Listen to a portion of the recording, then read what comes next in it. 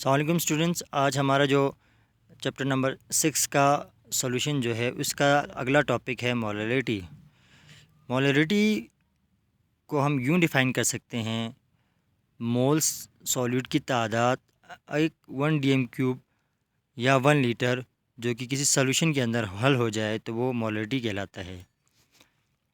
Molarity जो है concentration unit है जिसमें अमाउंट ऑफ सॉल्यूट को हम ग्राम में, जबकि वॉल्यूम ऑफ सॉल्यूशन को DM³ में एक्सप्रेस करते हैं, ज़ाहिर करते हैं।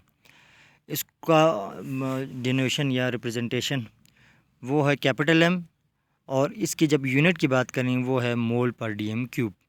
तो इसका एक फार्मूला बनेगा स्टूडेंट। फार्मूला कुछ यूँ होगा, मोलरिटी इज़ इक्वल टू, और मोलरिटी को कैपिटल M से ज़ाहिर करते हैं, number of moles of solute divide by volume of solution in DM³। अब स्टूडेंट आपको पहले अगर किसी न्यूमेरिकल के अंदर नंबर ऑफ़ मोल्स गिवन ना हो तो आप कैसे निकालें, उसका भी एक फार्मूला है। Number of moles of solute बराबर होते हैं मास of solute divide by molar mass of solute, जो जिसका यूनिट ग्राम पर मोल होगा। और मोलर मास जो है किसी भी कंपाउंड के अंदर उसके नंबर ऑफ़ एटम्स को मास और इसकी तादाद को मल्टीप्लाई करके जब सम करते हैं तो वो मोलर मास कहलाता है।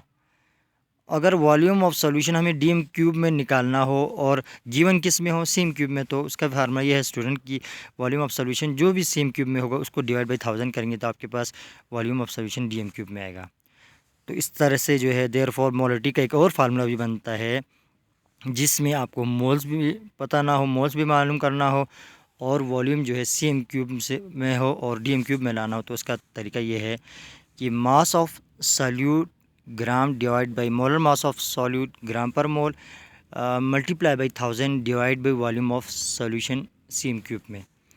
तो ये आपको फार्मूला किसी भी न्यूमेरिकल में काम आ सकता है।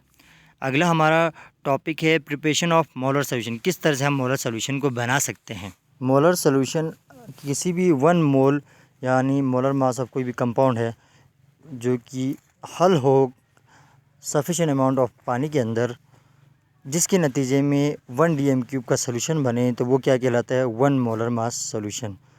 इसकी एग्जांपल यहाँ पे जैसे prepare 1 molarity solution of NaCl in 1 DM³।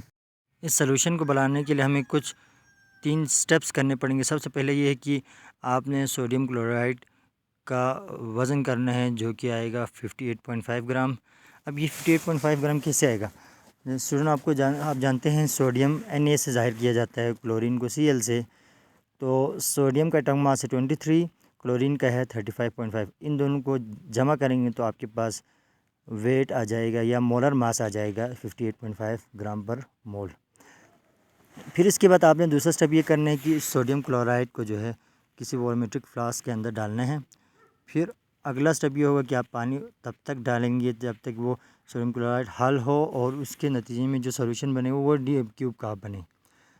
तो जब ये बनेगा तो हम कह सकते हैं कि 1 मोलरिटी सोडियम क्लोराइड सॉल्यूशन जिसके अंदर 58.5 ग्राम सोडियम क्लोराइड काफ़ी होगा एक DM³ सॉल्यूशन बनाने के लिए। इसी तरह आपको मोलरिटी कम बनाना हो, मसलन 0.1 मोलरिटी बनाना हो, तो स्टूडेंट आप क्या करेंगे, जो 58.5 ग्राम है उसको 10 से मज़ीद डिवाइड करेंगे, यानी 5.85 ग्राम सोडियम क्लोराइड पानी के अंदर डालेंगे तो वो फिर वो 1 DM³ का एक सॉल्यूशन बनेगा।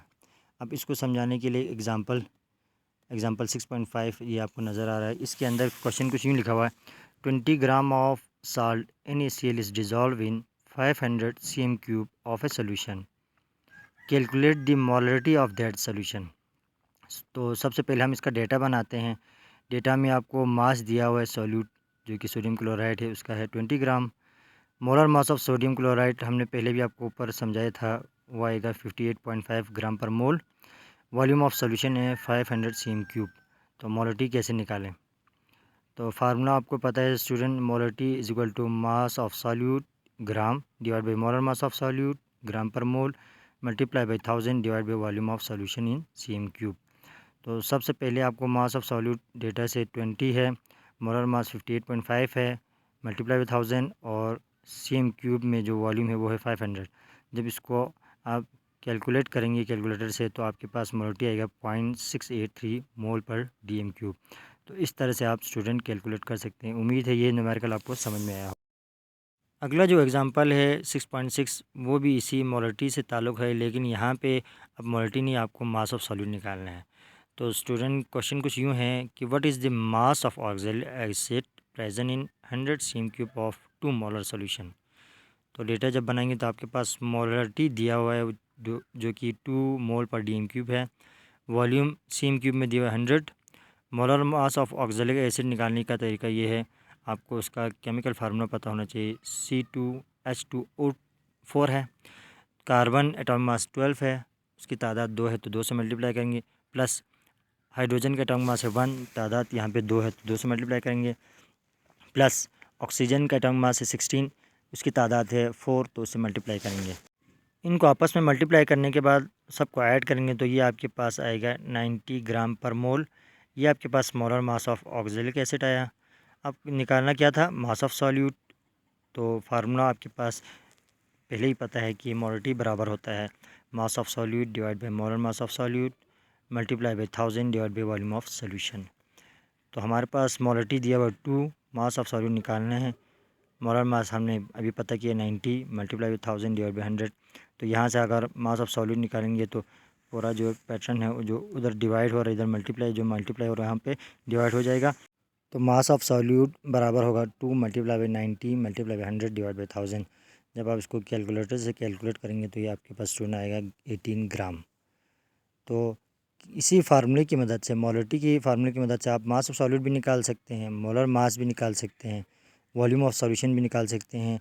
लेकिन शर्त यह है कि बाकी चीज़ें आपको मालूम हो, तो कोई एक आप इसे कैलकुलेट कर सकते हैं, बस फार्मूले में थोड़ी सी चेंज होगी। इसी तरह के और एग्जांपल 6.7 स्टूडेंट कुछ यूँ है, a sample of sulphuric acid has the molarity 20 m। How many cm³ of solution should we use to prepare 500 cm³ of 0.5 mH2SO4। Student इस क्वेश्चन में जो है आपके पास 2 मोलरिटी दिया हुआ है, एक वॉल्यूम दिया हुआ, दूसरा आपको वॉल्यूम पता करना है। तो इसका डेटा कुछ यूँ होगा, मोलरिटी गिवन जो सल्फ्यूरिक एसिड का है M1 वो बराबर होगा 20 m, और रिक्वायर्ड कितना आपने बनाना है सोल्यूशन, तो M2 मोलरिटी वो है 0.5। वॉल्यूम रिक्वायर्ड कितने का चाहिए, वो है 500 cm³ V2। और इसके बाद जो इनिशियल वॉल्यूम है, जिस कंसनट्रेटेड सॉल्यूशन का, जिसको बाद में हमने डाइल्यूट किया है, वो आपने निकालना है, यानी V1। तो हमारे पास एक फार्मूला है स्टूडेंट, जब भी मोलरिटी और वॉल्यूम का एक रिलेशन होगा वो बराबर होगा M1V1 इक्वल टू M2V2। तो इसकी मदद से आप V1 निकाल सकते हैं। V1 बराबर होगा M2V2 अपॉन M1। M2 जो है हमारे पास 0.5 है, V2 है 500 डिवाइड बाई M1 है 20। जब आप इसको कैलकुलेटर से कैलकुलेट करेंगे तो स्टूडेंट कुछ आएगा वॉल्यूम 12.5 cm³। तो ये वो कंसनट्रेटेड वॉल्यूम है सॉल्यूशन का जब डाइल्यूट होने से पहले। तो इसको हम यूँ कह सकते हैं 12.5 cm³ of 20 m is use to make 500 cm³ aqueous solution of 0.5 mH2SO4। ये जो कैपिटल है दिस मीन्स मोलरिटी। तो उम्मीद है स्टूडेंट आपको ये कंसेप्ट अच्छे से समझ में आया होगा। कोई क्वेश्चन हो तो आप कमेंट सेक्शन में लाजमी लिखें, ताकि आपकी केमिस्ट्री की कंसेप्ट और जो प्रैक्टिकल चीज़ें हैं वो मज़ीद क्लियर होती जाएं। मिलते हैं अगले वीडियो में केमिस्ट्री के मज़ीद इंटरेस्टिंग टॉपिक और कंसेप्ट के साथ। तब तक के लिए स्टूडेंट अल्लाह हाफ़िज़।